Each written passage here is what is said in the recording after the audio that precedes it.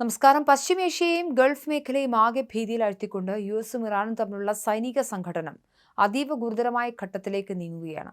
ഇറാനിലെ പ്രമുഖ നഗരങ്ങൾക്ക് നേരെ അമേരിക്ക രണ്ടാം ഘട്ട വ്യോമാക്രമണം അഴിച്ചുവിട്ടതാണ് നിലവിലെ സംഘർഷങ്ങൾക്ക് പെട്ടെന്നുള്ള കാരണമായി മാറിയത്. ട്രംപിന്റെ ആക്രമണത്തിന് കനത്ത തിരിച്ചടിയാണ് ഇറാൻ നൽകിക്കൊണ്ടിരിക്കുന്നത്. കുവൈറ്റിലും ബഹ്റൈനിലുമുള്ള 18 യുഎസ് സൈനിക താവളങ്ങൾക്ക് നേരെ ഇറാൻ റവല്യൂഷണറി ഗാർഡ് കോർപ്സ് ശക്തമായ മിസൈൽ ഡ്രോണാക്രമണങ്ങൾ നടത്തിക്കഴിഞ്ഞു. കുവൈറ്റിലെ അലി അഹമ്മദ് അൽ ജാബർ വ്യോമസേനാ താവളങ്ങളെയും ബഹ്റൈനിലെ ഷെയ്ഖ് ഇസ വ്യോമസേനാ താവളത്തെയുമാണ് ഇറാന്റെ മിസൈലുകൾ പ്രധാനമായും ലക്ഷ്യമിട്ടത്. ഇറാന്റെ ഭാഗത്തു നിന്നുള്ള മിസൈൽ ഡ്രോൺ ആക്രമണങ്ങളെ തുടർന്ന് കുവൈറ്റ്, ജോർദാൻ, ബഹ്റൈൻ എന്നീ രാജ്യങ്ങൾ തങ്ങളുടെ വ്യോമ പ്രതിരോധ സംവിധാനങ്ങൾ അടിയന്തരമായി വിലക്കിയിട്ടുണ്ട്, നിയന്ത്രണങ്ങൾ ഏർപ്പെടുത്തിയിട്ടുണ്ട്. കുവൈറ്റ് തങ്ങളുടെ വ്യോമാതിർത്തി താൽക്കാലികമായി അടയ്ക്കുകയും വരുന്ന വിമാനങ്ങൾ മറ്റ് സുരക്ഷിത താവളങ്ങളിലേക്ക് തിരിച്ചുവിടുകയും ചെയ്തു.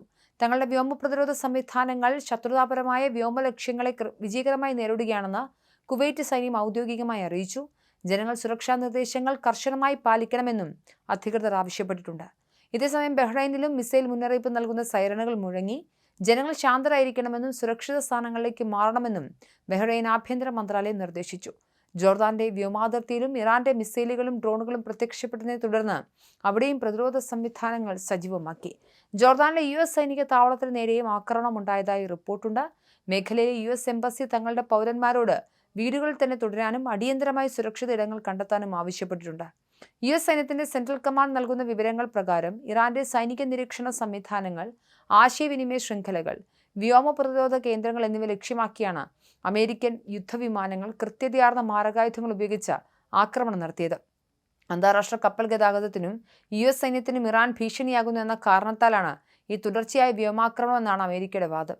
എന്നാൽ അമേരിക്കയുടെ ഈ ധിക്കാരപരമായ നടപടിക്ക് പകരമായി ലോകത്തിലെ ഏറ്റവും പ്രധാനപ്പെട്ട എണ്ണക്കടത്തു പാതയായ ഹോർമൂസ് കടലിടുക്ക് പൂർണ്ണമായും അടച്ചിടുമെന്നും ഇറാൻ പ്രഖ്യാപിച്ചു കഴിഞ്ഞു.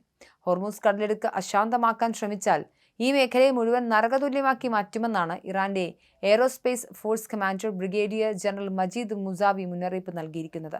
ലോകത്തിലെ എണ്ണ വിതരണത്തിന്റെ 1/5 കടന്നു പോകുന്ന ഈ പാത അടഞ്ഞതോടെ ആഗോള വിപണിയിൽ എണ്ണവില കുതിച്ചുയരുകയാണ്. ഇറാൻ ചർച്ചകളിൽ തങ്ങളെ പറ്റിക്കുകയാണെന്ന് ട്രംപ് കുറ്റപ്പെടുത്തിയതാണ് സ്ഥിതിഗതികൾ വഷളാക്കിയത്. ഇറാന്റെ കൈവശമുള്ള ഉയർന്ന തോതിൽ സമ്പുഷ്ടീകരിച്ച യുറേനിയം ശേഖരം പൂർണ്ണമായും ഉപേക്ഷിക്കണമെന്നാണ് അമേരിക്കയുടെ പ്രധാന ആവശ്യം.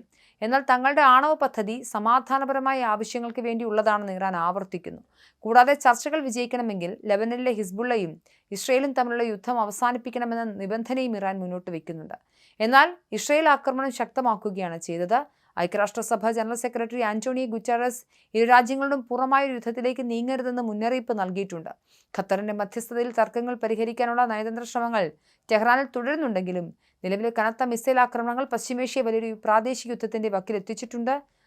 എന്തെങ്കിലും തരത്തിലൊരു സമാധാന സന്ധിയിലേക്ക് എത്തുമോ എന്ന കാര്യത്തിൽ വലിയ ആശങ്കയുമുണ്ട്.